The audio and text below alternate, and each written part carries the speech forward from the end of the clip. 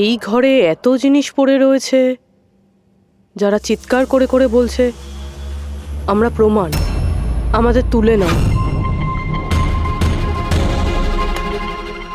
এগুলো প্ল্যান্টেড নয় তো?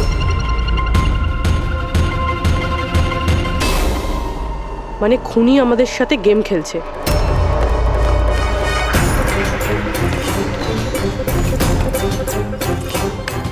এসব কে করেছে?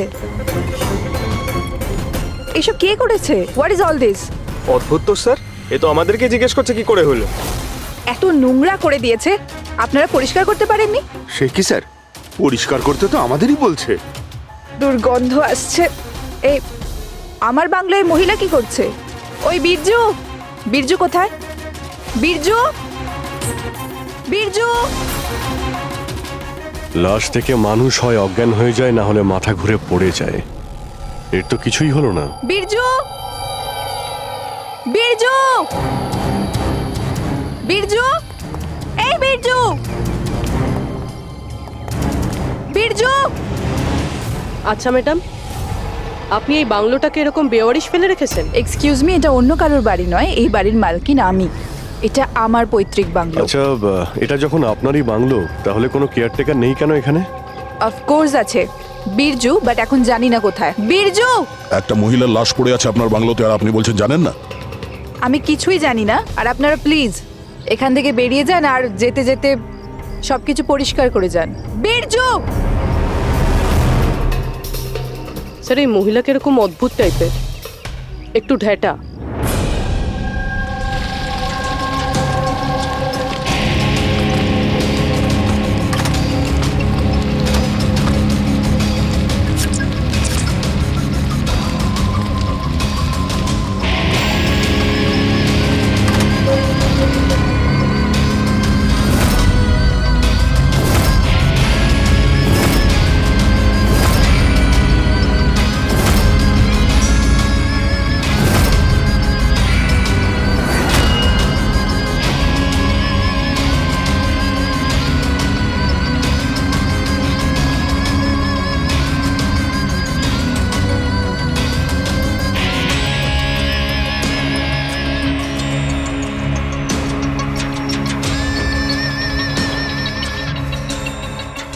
একটা কেস আর 18টা প্রমাণ, আর খুনি প্রমাণগুলো এমন ভাবে সাজিয়েছে যে কিছুই বলার নেই। কিন্তু স্যার, সমস্যা এটাই হলো যে এর মধ্যে কোনো প্রমাণই আমাদের কোনো কাজের নয়।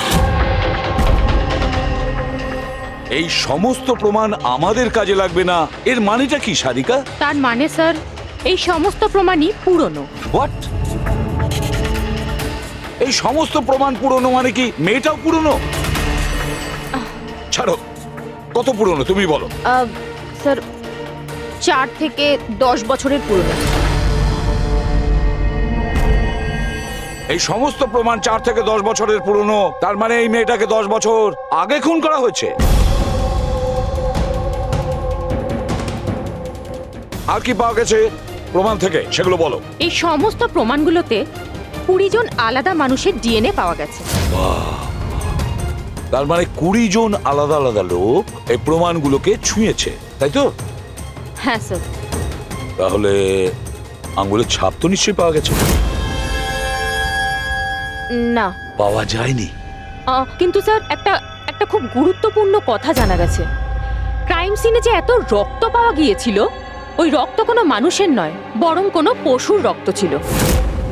কি? ডক্টর সারিকা, এই মেয়েটার শরীরে যে রক্ত লেগেছিল সেটাও কি কোনো পশুরই? না না, এই মেয়েটার শরীরে আর জামা কাপড়ে যে রক্ত পাওয়া গিয়েছিল সেটা এরই আসল রক্ত। কিন্তু এটা ছাড়া ওখানে আর যা যা ছিল সমস্তটাই প্লান্ট করা হয়েছিল। মোটামুটি 20 জনের ডিএনএ আর এতগুলো প্রমাণ ক্রাইম সিনে এলো কোত্থেকে স্যার? সেটাই তো, এতগুলো প্রমাণ, কিন্তু আমাদের হাতে কিছুই নেই। বাহ, তুমি এখন চুপচাপ বসে থাকো, কিছুই তুমি বলো না, আমরা গল্প বলছি তাই না? বস, আমি জানি এই সমস্ত প্রমাণগুলো কোথা থেকে এসেছে।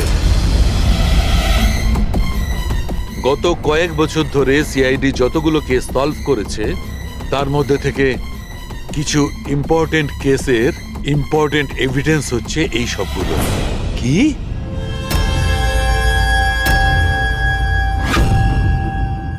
স্যার আমি ওই মহিলা আর তার বাড়ির ব্যাকগ্রাউন্ড সম্পর্কে সব চেক করলাম। ওর পরিবারের 2-3 জন খুনের অভিযোগে জেল খাটছে, আর ওই মহিলার বাইপোলার ডিসঅর্ডার আছে। তাইও এই ধরনের ব্যবহার করছিল। আর ওই যে কেয়ারটেকার ছিল বীরজু, ওর কি খবর? স্যার ওনার ফোনের লাস্ট লোকেশন ওই বাংলোর বাইরেটাই দেখাচ্ছে, তারপর থেকে অফ রয়েছে, খোঁজার চেষ্টা চলছে। অদ্ভুত ব্যাপার, ওই বাংলোতে এত কিছু ঘটে গেল আর ওই বাংলোর মালকিন কিছু জানেই না, কেয়ারটেকার উধাও। আচ্ছা, ও আবার অসুস্থতার আড়ালে কোনো গেম খেলছে না তো?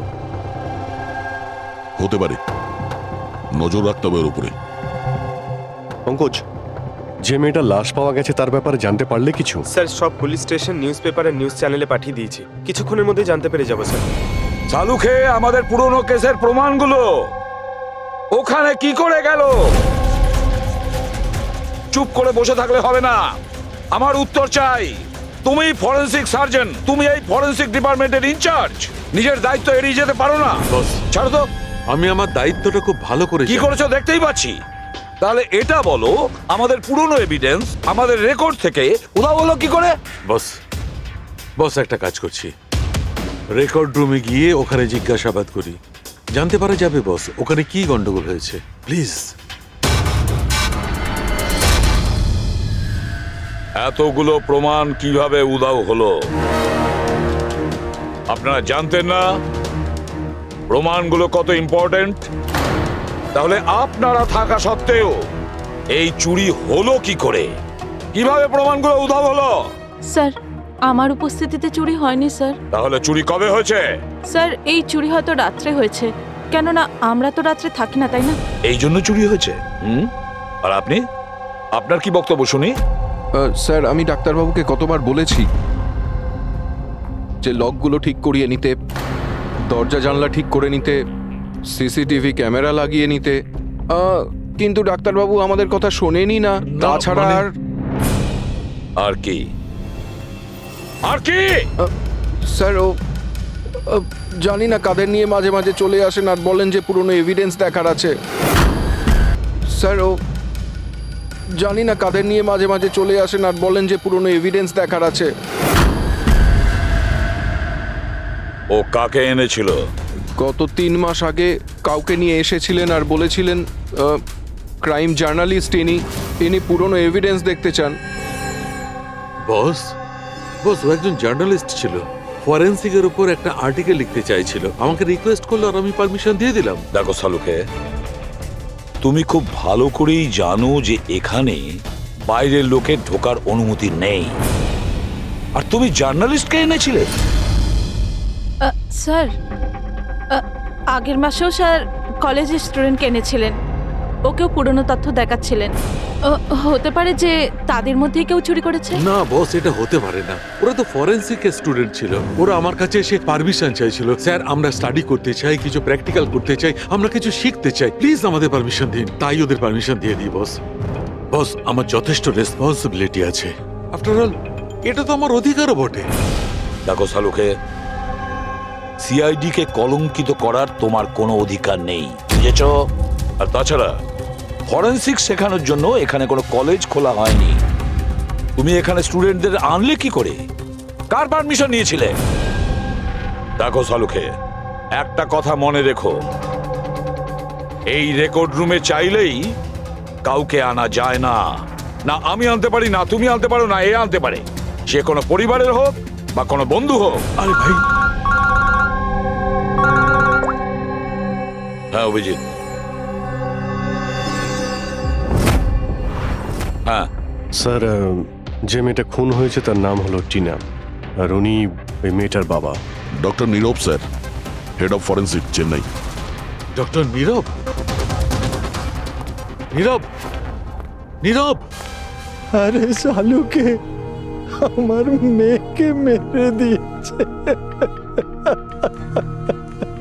কন্ট্রোল ইয়ারসেলফ, সব জানা যাবে। স্যার ওনাকে আপনি চেনেন?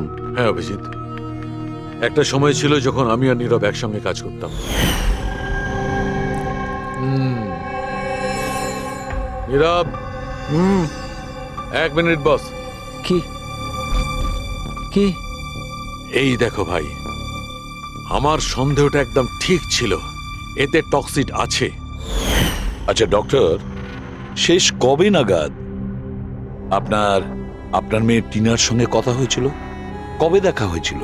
আসলে ও কলেজের হস্টেলে থাকতো, 2 দিন আগেই হারিয়ে। নীরব, নীরব, শান্ত হও নীরব। যেই হোক ঠিক খুঁজে বার করব। আমি খুঁজে বার করব নীরব, আমি খুঁজে বার করব কে করেছে। না শালুকে, তুমি খোঁজ নেবে না। আমি খুঁজবো না মানে? মানে তুমি এই কেসে কোনো কাজ করবে না।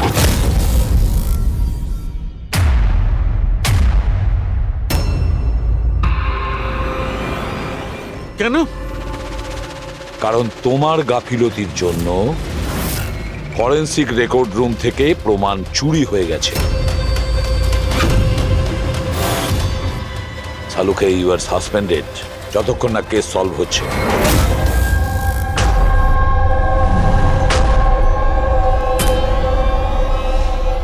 বস, তোমার কি মনে হয় এই সব কিছু আমার জন্য হয়েছে? তুমি আমাকে দোষারোপ করছো? দোষারোপ করছি না শালুকে, এটাই বাস্তব, আর সেটা তুমি খুব ভালো করে জানো। যদি না তোমার বন্ধু জার্নালিস্টকে ফরেনসিক রেকর্ড রুমে নিয়ে যেতে, না ওই স্টুডেন্টদের নিয়ে যেতে যাদের জন্য এই ঘটনা ঘটেছে, সেই জন্য তোমাকে সাসপেন্ড করতে হলো।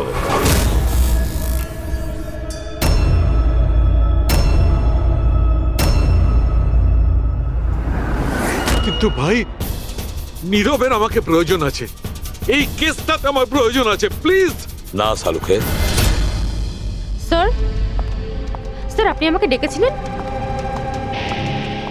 ডক্টর সারিকা, এখন থেকে তুমি ওনার মেয়ে টিনার কেস ফাইল হ্যান্ডেল করবে। আমি? হ্যাঁ। কিন্তু স্যার, দয়া, অভিজিৎ, শালুকের বন্ধু জার্নালিস্ট আর ওই স্টুডেন্টগুলো যারা ফরেনসিক রেকর্ড রুমে এসেছিল, সবার খুব ভালো করে এনকোয়ারি করো, খুব ভালো করে। স্যার। ডক্টর সালুকে, ডক্টর সালুকে,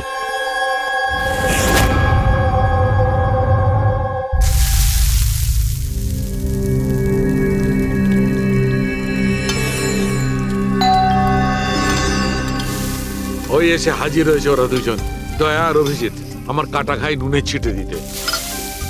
আমি জানি ওরা কি বলবে, স্যার কিচ্ছু হবে না, আপনার উপর আমাদের পুরো বিশ্বাস আছে, সব ঠিক হয়ে যাবে, ছাই ঠিক হয়ে যাবে। প্রথমে অপমান করে বাইরে বার করে দেবে, তারপর এদের দুজনকে পাঠাবে মলম লাগাতে। যাও যাও, ওকে একটু সান্ত্বনা দিয়ে এসো।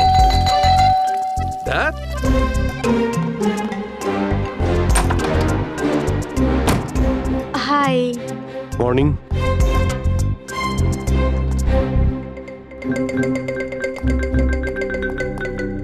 আরে কেন টেনশন নিচ্ছেন স্যার, সব ঠিক হয়ে যাবে। আমাদের আপনার ওপর পুরো বিশ্বাস আছে ডক্টর। আমরা বিশ্বাস করি আপনি কোনো ভুল কাজ করতে পারেন না, কিন্তু কি করব, প্রোটোকল তো ফলো করতেই হবে না। দেখো, তোমাদের থেকে আমি কোনো রকম সহানুভূতি চাই না, আর হ্যাঁ, তোমাদের এসিপি সাহেবের সহানুভূতিরও একদম দরকার নেই। আমি বাচ্চা নই, কাঁদছি না। আমি জানি প্রদ্যুমন নিজের ডিউটি সম্পর্কে খুব সচেতন হওয়া উচিত। গুড। স্যার, আমার খুব খারাপ লাগছে, আই এম ভেরি সরি। আপনার সামনে এসিপি স্যার না আমাকে। সারিকা, লজ্জা পাবার কোনো দরকার নেই। তুমি নিজের কাজটা মন দিয়ে করো, প্রত্যেকটা জিনিস মন দিয়ে দেখবে, কোনো না কোনো সূত্র নিশ্চয়ই পাবে। আমরা যা কিছু স্পর্শ করি আমাদের ছাপ রেখে যাই।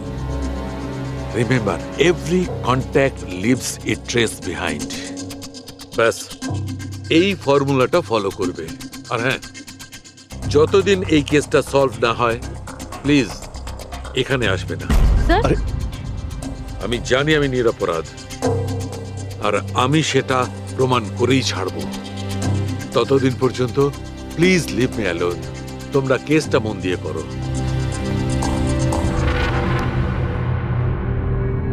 মাথা খুব গরম হয়ে আছে। স্যার, খুব খিদে পেয়েছে। আজকে কি রান্না করেছেন?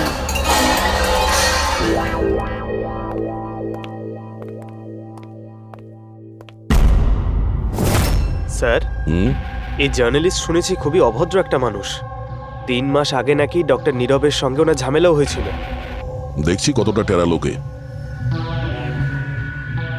স্যার, আপনাদের ভেতরে ডাকছে। Thank you.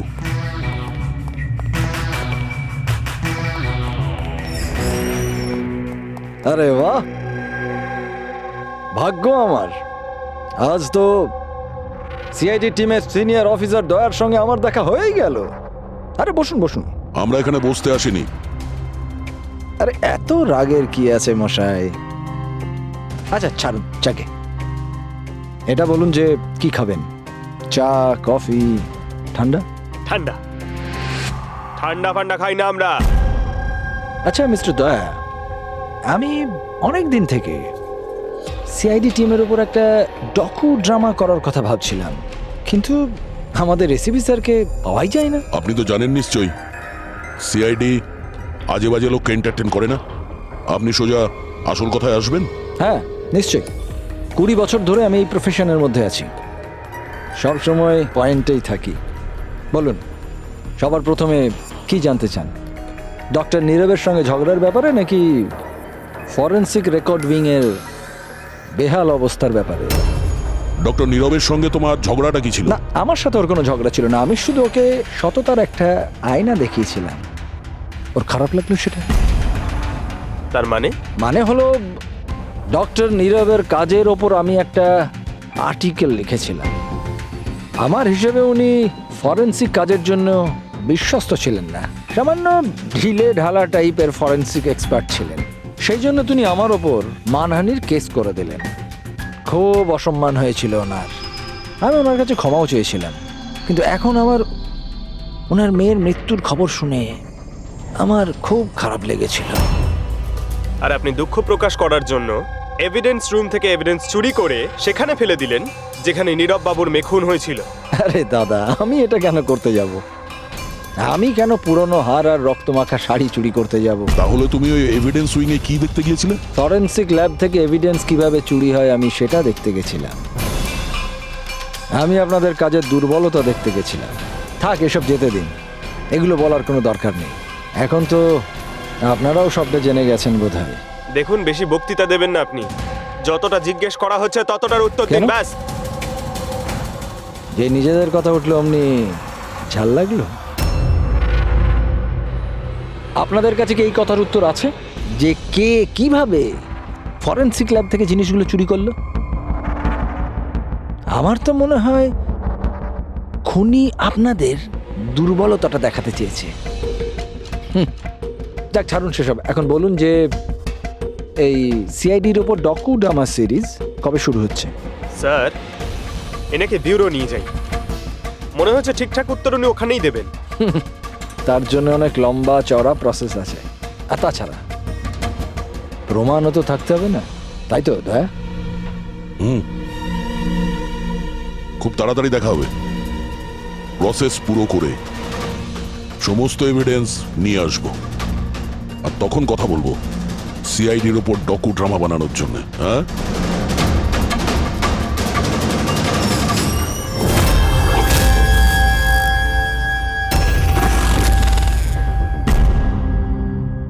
Doctor Narayani,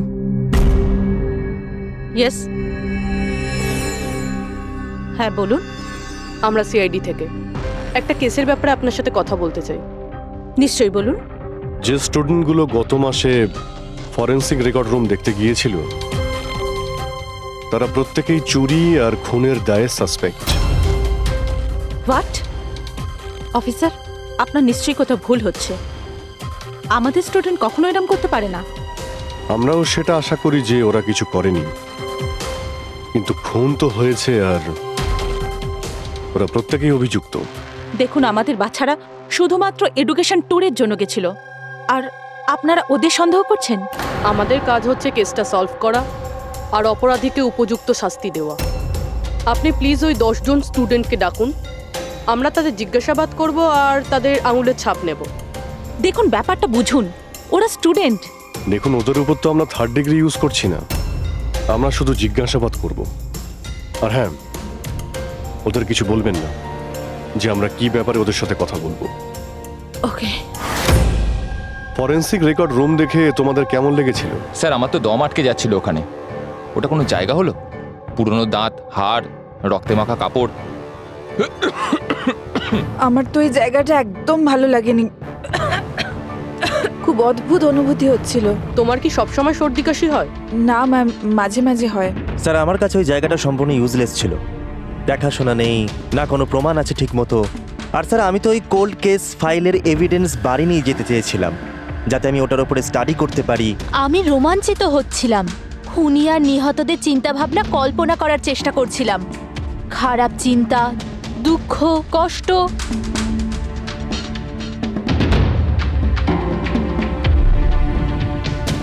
sir এখানে তো 9 জন রয়েছে, একজন নেই। হ্যাঁ, আজকে একজন স্টুডেন্ট অ্যাবসেন্ট আছে, ওর শরীর ঠিক নেই। সে কে? কি নাম তার? সারিকা। সারিকা? ওর ব্যাপারে পুরো ডিটেলসটা চাই। হ্যাঁ সারিকা, কিছু কি পাওয়া গেল? দেখো আমাদের হাতে কিন্তু সময় নেই। স্যার আমি বারবার চেষ্টা করছি যদি কোনো প্রমাণ হাতে পেয়ে যাই, যাতে সালু খেসার যে নির্দোষ এটা প্রমাণিত হয়। যাই হোক না কেন, কিছু না কিছু তো ঘটেছে। যারা সালুখেকে ফাঁসানোর চেষ্টা করেছে, কে হতে পারে আর কেনই বা সে করছে? স্যার আপনি এটা জানেন, তবুও সালু খেসারকে বের করে দিলেন। সারিকা, আমি সেটাই করেছি যেটা আইনত। না হলে সালুখেকে আমি... কি স্যারকে আপনি কি? খুনি খুব বড় ভুল করেছে। কি ভুল স্যার? যখন তোমরা ওখানে গিয়েছিলে, ওই বাড়ির ভেতর ঘুরছিলে, ভেতর থেকে বাইরে, বাইরে থেকে ভেতরে, সব জায়গায় যখন প্রমাণ খুঁজে বার করছিলে, তখন ফেডরিক, তখন তুমি চিহ্ন ছেড়ে যাচ্ছিলে, তোমার হাতের চিহ্ন, পায়ের চিহ্ন, আরো অনেক ছোট ছোট জিনিস, যেগুলো তোমাদের অগোচরেই ঘটছিল।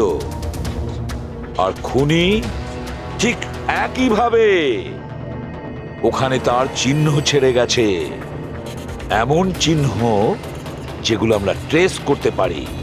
ট্রেসেবল চিহ্ন? সারিকা, আমরা যা কিছু স্পর্শ করি আমাদের ছাপ রেখে যাই। রিমেম্বার, এভরি কন্ট্যাক্ট লিভস এ ট্রেস বিহাইন্ড। স্যার আমাকে হিন্ট দিয়েছিলেন, কিন্তু আমি বুঝতে পারিনি কেন।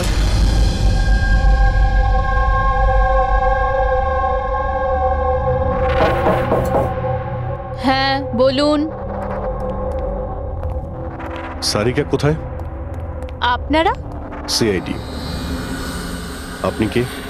স্যার আমার নাম রূপালী। আর সারিকা? স্যার ও তো এখানে নেই, কালকেই চলে গেছে। কোথায় গেছে? ম্যাম ও নিজের বাড়ি চলে গেছে। কালকে ও এলো, তারপর তাড়াহুড়ো করে নিজের ব্যাগ প্যাক করলো, আর খুব তাড়াহুড়োতে ছিল তাই নিজের ফোনটাও ফেলে গেছে।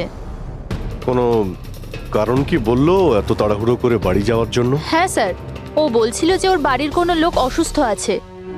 কি? স্যার ফরেন্সিক সেন্টার থেকে জানতে পারলাম সারিকা অসুস্থ, আর এ বলছে যে ওর বাড়ির কেউ অসুস্থ। কিছু তো একটা ব্যাপার আছে। আচ্ছা রূপালী, এই সারিকার বাড়ি কোথায়? স্যার কানপুর। কানপুর? আর তোমরা একসঙ্গেই থাকতে? হ্যাঁ স্যার, আমরা রুমমেটস ছিলাম। আচ্ছা, তোমরা কতদিন একসাথে রয়েছো? এই হবে 8-9 মাস। 8-9 মাস ধরে তো একে অপরের ব্যাপারে নিশ্চয়ই ভালোই জানবে। কি কেমন মেয়ে ছিল সারিকা, কিছু বলতে পারবে তুমি? স্যার ও তো খুব ভালো মেয়ে ছিল। ইনফ্যাক্ট ও নিজের কাজ নিয়ে ব্যস্ত থাকতো, মানে ফরেন্সিক ইনস্টিটিউট যাওয়া, ওখান থেকে ফিরে আসা, এইসব নিয়েই থাকতো। Forensic centre? তো ও কি ওখানকার কোনো কথা তোমাকে বলেছিল? হ্যাঁ, ফরেন্সিক ইনস্টিটিউটের ব্যাপারে কিছু কিছু কথা আমাকে বলতো। যেমন এই কিছুদিন আগেও আমাকে বলছিল যে... তুই জানিস রূপালী, প্রমাণ ট্রেস করে যে কাউকে ফাঁসানো যেতে পারে। রিয়েলি? কিন্তু এটা কিভাবে হতে পারে? আরে বোকা, সব কিছু হতে পারে। আমি সব করতে পারি। যে কোনো কেসকে পাল্টে দেওয়া যায় শুধুমাত্র প্রমাণের ওপর ভিত্তি করে। এবার দেখ আমি কিভাবে সবার মাথা ঘুরিয়ে দিতে পারি।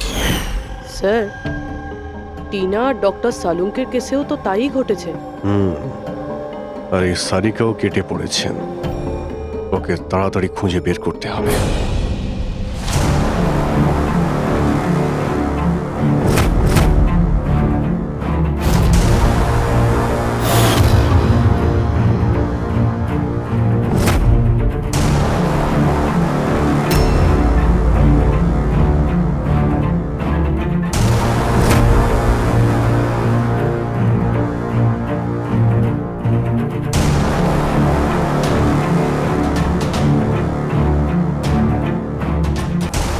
হ্যাঁ সারিকা,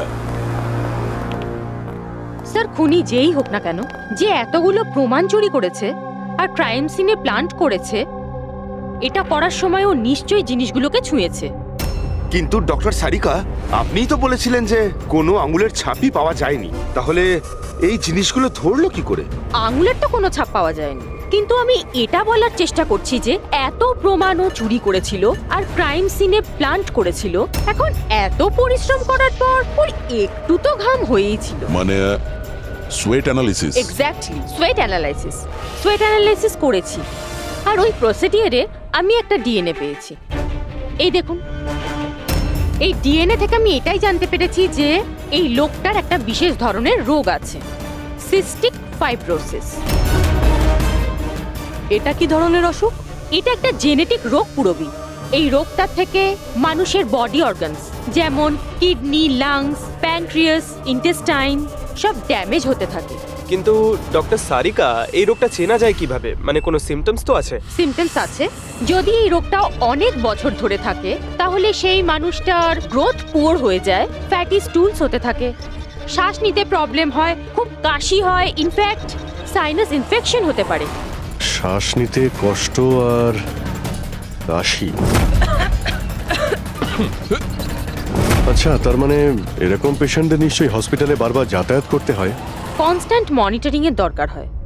ব্যাস, তাহলে অভিজিৎ, শহরে যতগুলো হসপিটাল আছে সেখানে গিয়ে খোঁজ নাও এই ধরনের রুগী কজন আছে, আর তাদের মধ্যে কি এমন কোনো পেশেন্ট আছে যার আমাদের এই কেসের সঙ্গে কোনো সম্পর্ক আছে।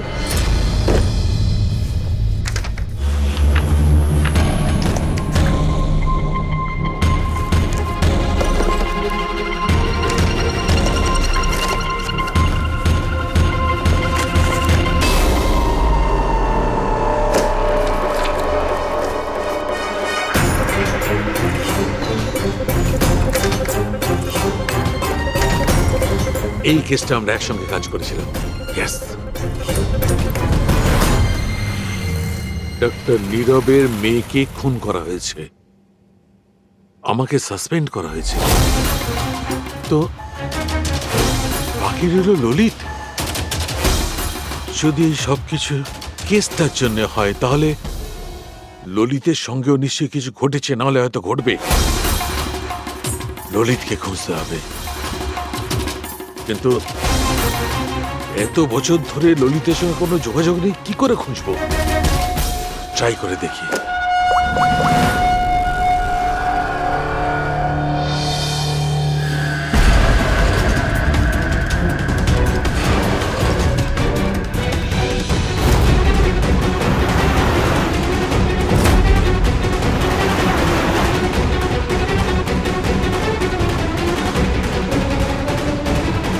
আর ইউ শিওর এটা ওনার ছবি?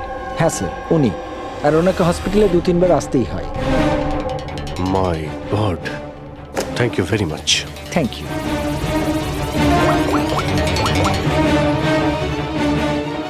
দয়া, খুনির ব্যাপারে জানতে পেরেছি। কি? ডক্টর ললিত মারা গেছেন 5 বছর আগে? হ্যাঁ স্যার, আপনারা মেয়ের সাথে দেখা করতে পারেন। কোথায় ওর মেয়ে? আমি কথা বলতে পারি? সে তো মুম্বাইতে আছে স্যার, সারিকা নাম ওর। সারিকা? হ্যাঁ sir. Okay, thank you. Sarika মুম্বাইতে।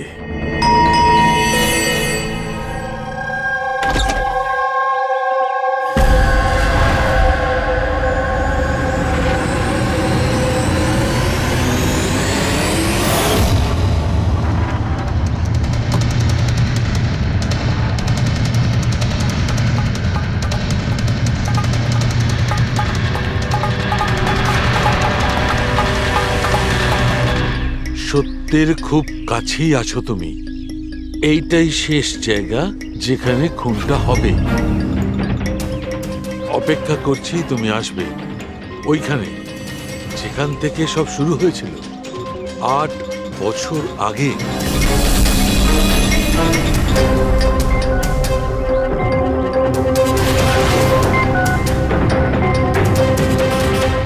বছর আগে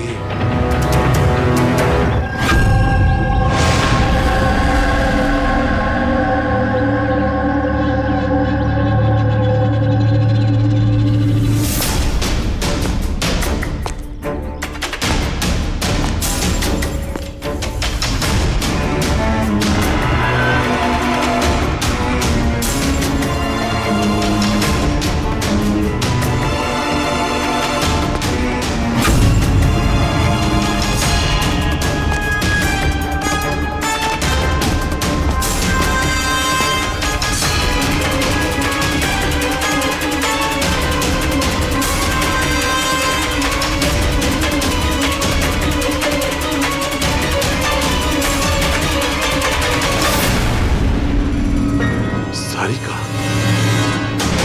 একে কে মারল? হঠাৎ আলোটা নেমে গেল কেন?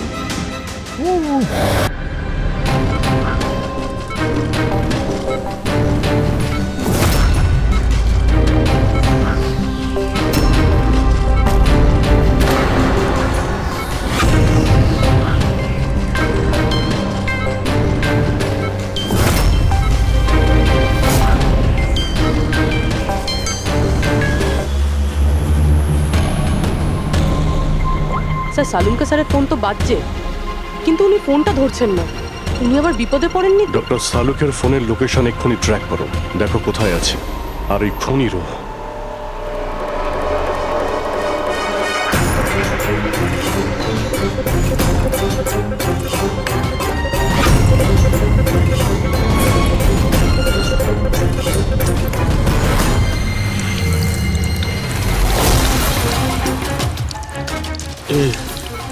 এসব কি করছো? তোমার মৃত্যু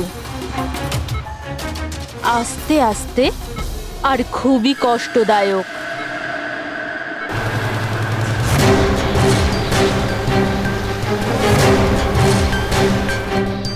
তোমার শরীরের এক এক ফোঁটা রক্ত যখন তোমার শরীর থেকে আস্তে আস্তে বেরোবে না, তখন খুব মজা আসবে তোমার, তাই না? কিন্তু তুমি এসব কেন করছো? নিজের বাবার মৃত্যুর প্রতিশোধ নিচ্ছি। আরে খুনি হচ্ছ তোমরা তিনজন। তোমার বাবা রঘু? হ্যাঁ, রঘু, যাকে তুমি, ডক্টর ললিত আর ডক্টর নীরব মিলে মেরে ফেলেছো। আর তোমাদের জন্য আজ আমার বাবা আমার সাথে নেই। মেরে ফেলেছে? আমরা? কিভাবে? প্রমাণ জোগাড় করে মেরে ফেলেছো। তোমরা প্রমাণ জোগাড় করে আমার বাবাকে ফাঁসির শাস্তি দেয়া করিয়েছো। দেখো দেখো, প্রমাণ জোগাড় করা, শাস্তি দেওয়া, এটা ফরেন্সিকের কাজ। কাজ এটা? নিশ্চয়ই নিশ্চয়ই এটা তোমাদের কাজ, কিন্তু তোমরা আমার ব্যাপারে তো ভাবোনি না। ওই মেয়েটার ব্যাপারে যার থেকে যার বাবাকে ছিনিয়ে নিয়েছো। আমার বাবার মৃত্যুর পরে আমি ডিপ্রেসড হয়ে গিয়েছিলাম। আর এই সব থেকে বেরোনোর পরে আমি ভেবে নিয়েছিলাম, ঠিক করে নিয়েছিলাম যে আমি তোমাদের তিনজনকেই এই মৃত্যুর শাস্তি দিয়ে তারপরেই ছাড়বো। আর এই জন্যই তুমি টিনাকে মেরে ফেলেছো? হ্যাঁ, মেরে ফেলেছি আমি ওকে, কারণ আমি জানতাম ডক্টর ললিত 5 বছর আগেই মরে গেছে। আর পড়ে রইল তুমি আর ডক্টর নীরবের প্রশ্ন।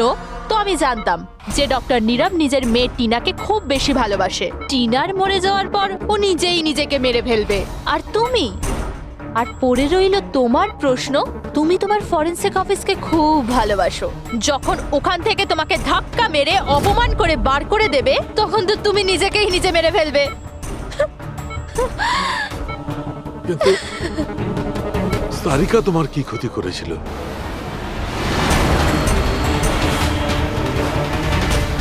সারিকা? ওকে তো মরতেই হতো। ও ললিতের মেয়ে ছিল যে। আর ফরেন্সিকে কাজ করতো। আর আমার কাজে তো ও আসতোই, ওর সাহায্যে আমি ফরেন্সিক অফিসের সব প্রমাণ জোগাড় করেছিলাম। তোমার ফরেন্সিক অফিস তোমার বিরুদ্ধে? এই দেখো ডক্টর সালুকে, হয়ে গেল আমার বদলা পূরণ। আর যতক্ষণে সিআইডি এখানে আসবে ততক্ষণে তুমি ওপরে। Goodbye doctor সালুকে।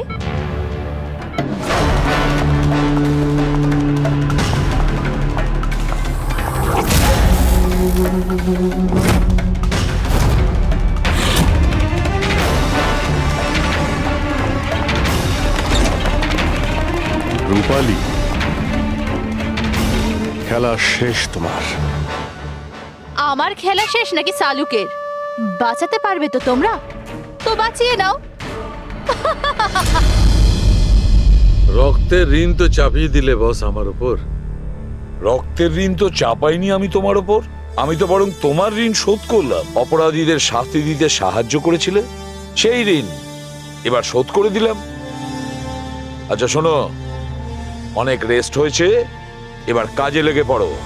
তাড়াতাড়ি সুস্থ হয়ে উঠুন। সারিকা একা লাশগুলোর সঙ্গে কথা বলছে। ওহো সারিকা, অভিজিৎ তো তোমার খুব প্রশংসা করছে। দেখো ভাই, এখন এক সপ্তাহ তো আমি এখান থেকে নড়ছি না বস। এক কাজ করো না, ততদিন সারিকাকে দিয়ে কাজটা করিয়ে নাও। ঠিক আছে, তাহলে বিশ্রাম নিন। Silence please.